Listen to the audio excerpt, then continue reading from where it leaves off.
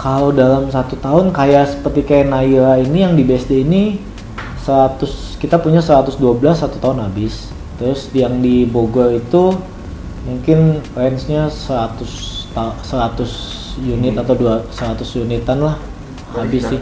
Kalau di kalkulasi 300-an apa ya? Ya kurang lebih lah. Tapi itu tergantung wilayahnya ya. Now go.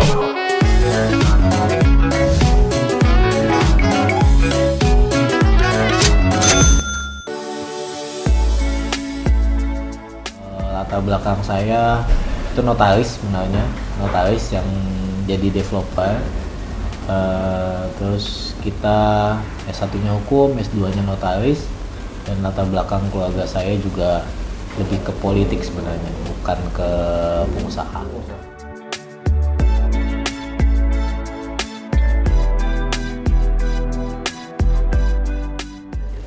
Kalau menggelutinya mungkin sekitar 7-8 tahun yang lalu.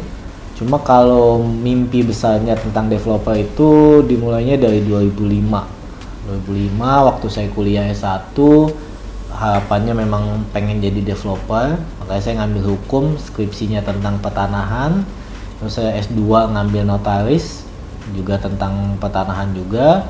Lalu setiap langkah berikutnya itu memang arahnya untuk jadi developer. Tapi baru bisa masuk ke dunia developer yang sebenarnya itu di 7 tahun yang lalu lah, sekitar 7 atau 8 tahun yang lalu.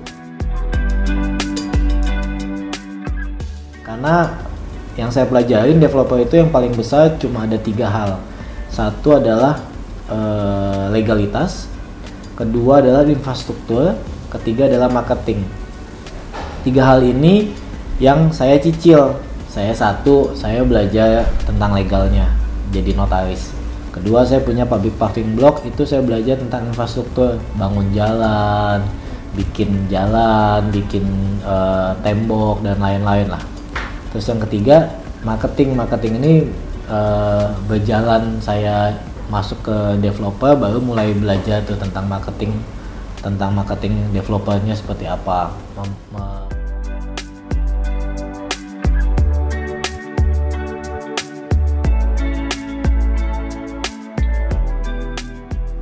Kami alhamdulillah berjalan selama ini belum ada pinjaman bank karena sistem kami kerjasama dengan pemilik lahan.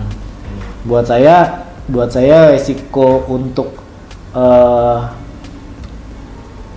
kerugian atau kenapa kita bisa perusahaannya bangkrut karena biasanya kemampuan untuk melunasi pinjaman itu tidak sesuai. Nah, makanya akhirnya konsep ini yang saya tetap tekankan adalah di perputaran uang. Kerjasama dengan pemilik lahan itu jadi kuncinya.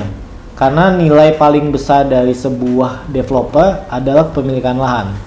Nah, dengan kerjasama dengan pemilik lahan, kami sudah mereduce mungkin sekitar 40% dari cost-nya developer. Sisanya kami hanya working capital dan pembangunan infrastruktur yang itu bisa di cover. Kenapa saya bisa ada di posisi itu? Karena dari awal kami sangat komitmen terhadap cash flow. Jadi yang dari 19 unit itu kami bangun 19 unit, setelah itu kami bangun 100 unit, habis itu berkembang terus. Jadi kemampuannya bukan seperti orang dikasih steroid. Kalau pinjaman bank itu buat saya steroid. Jadi kemampuan dia sebenarnya ngelola uangnya baru 10 juta dikasih 100 juta. Nah, itu bank buat saya ya. Jadi kalau kami ya memang ngelolanya 10 juta ya 10 juta dulu aja. Nanti 100 juta ya 100 juta. Sampai sekarang. Cerita awal dulu itu saya jadi developer itu bahkan modalnya cuma nggak lebih dari 250 juta. Nggak lebih dari 250 juta. Pemilik lahannya ada. Terus saya ngurusin perizinannya beres semua. Habis itu kita bikin jalan, kita bikin infrastruktur, kita jualan. Nah, modalnya tuh nggak lebih dari 250 juta.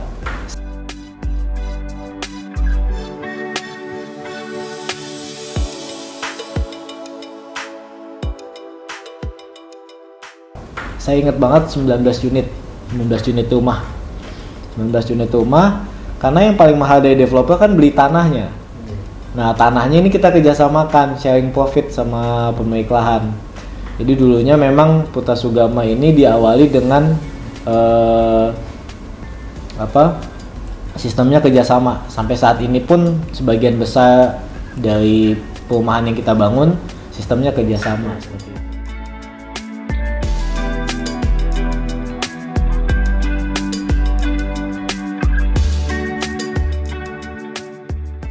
Kalau perumahan saya bangun itu sudah di daerah Kabupaten Tangerang, Kota Tangerang, terus Tangsel, Bekasi, Bogor. Di Bogor juga kita udah bikin 2, sama di Serang. Kita ada 7 wilayah dengan 10 klaster.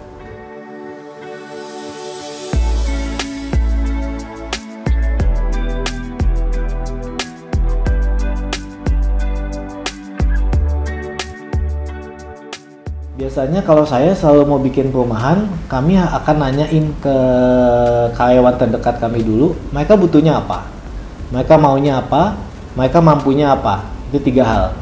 Terus yang kedua, saya selalu nanya ke istri saya mau nggak tinggal di rumah yang saya bangun. Kalau istri saya mau atau keluarga saya mau, oh berarti rumah ini layak untuk dibangun, layak untuk diberikan ke masyarakat. Itu 2 hal yang paling awal saya kerjakan. Setelah itu baru kita melakukan survei. Survei itu terkait sama kompetitor, terkait sama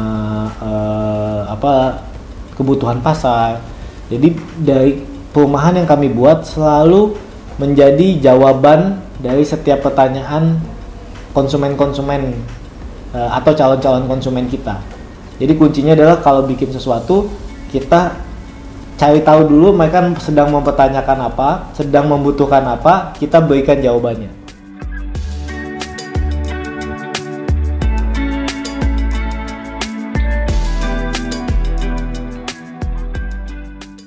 Kisaran harganya startnya dari rumah subsidi, biasanya tergantung daerah 150.500.000 sampai ke 1 M. Kalau dalam 1 tahun seperti Naira ini yang di BSD ini kita punya 112 1 tahun habis. Terus yang di Bogor itu mungkin range-nya 100 unit atau 100 unitan lah habis sih. Kalau di kabupaten 300-an lah Pak ya? Ya kurang lebih lah. Tapi itu tergantung wilayahnya ya.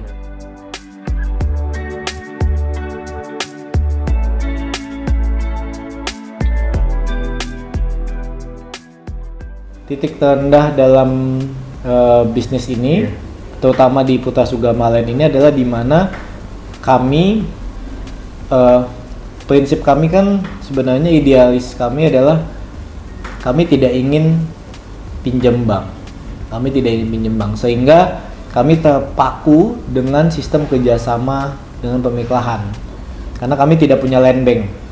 Usaha kami modalnya terbatas, jadi kami tidak punya land bank. Sehingga di satu titik mungkin sekitar 5 tahun yang lalu itu kami tidak punya partner untuk kerjasama.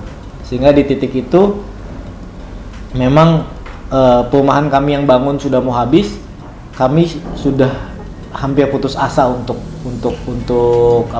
membuat klaster yang baru. Tapi di titik itu juga ternyata menjadi titik baliknya kami menuju sesuatu yang lebih besar lagi. Sebenarnya kalau saya selalu berpikir keberuntungan itu tidak ditemukan atau tidak didapatkan cuma-cuma. Keberuntungan itu adalah persiapan bertemu dengan kesempatan. Pada saat titik terendah itu, saya hanya berpikir selalu ini adalah Tuhan, Allah tuh memberikan saya waktu untuk mempersiapkan diri menuju sesuatu yang lebih besar lagi. Jadi saya setiap ada kegagalan, saya selalu berpikir, oh saya disuruh siap-siap lagi nih. Karena pada saat itu, saya ditolak kurang lebih 30 investor. 30 investor yang punya lahan, yang punya apa, kita ajakin kerjasama tuh kita ditolak karena dianggapnya kita belum dapat dipercaya lah, belum trusted.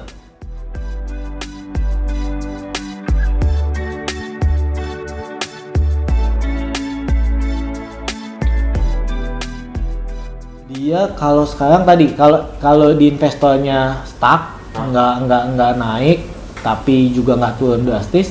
Kalau di end usernya selalu ada kenaikan. Kalau ada kenaikan meskipun pandemi Pak ya? Iya, karena pengguna langsung itu kan di mereka terus usianya naik, kebutuhannya bertambah terus. Di 2022 project-project yang mau kita jalanin sih harapannya bisa clear semua, bisa launching di awal-awal tahun. Karena satu kita akan bikin di Cisauk itu sekitar 200-an unit. Terus yang kedua kita di Serang itu sekitar 1.200-an unit. Jadi target dua klaster baru ini yang mau kita launching di 2022. Harapannya itu.